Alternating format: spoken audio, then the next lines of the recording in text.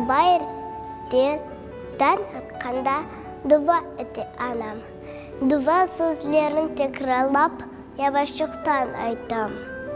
Раббим, ешіт мені, айтқаныны dinle. Сен құдіретлі ұғаныны балалықтан білім. Мені яққан қайғырларын кімлерге айтайым. Тек сен бізді yüksекlerден көресің әрдайым. Берсен сабыр doğmuşlarga, мана қоншыларға. Evimізді көрмек кешін бела қара қарға. Әрбір evге келсін бар, көзде тойлар olsun. Bu dünyaya келген балалар olsun ve büyüsün. Soğuklar көзі açılsın, sevgiliye kavuşsun.